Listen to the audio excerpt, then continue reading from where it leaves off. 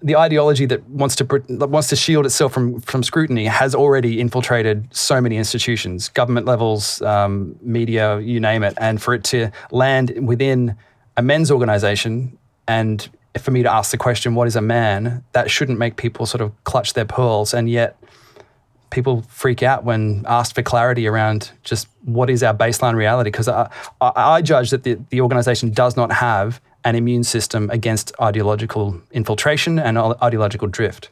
Okay. Yep. Yeah, and with our comments on whether the organisation does or doesn't, yeah, like the more I'm watching live video snippets from the Parliament and more so the Senate and certain question times, I definitely echo that sentiment that basic biological questions no longer seem to be able to be answered directly.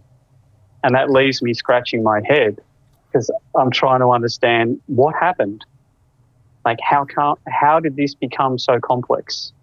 Have you read anything about the Great Feminization? Have you seen some of those podcasts in the last couple of weeks around that subject?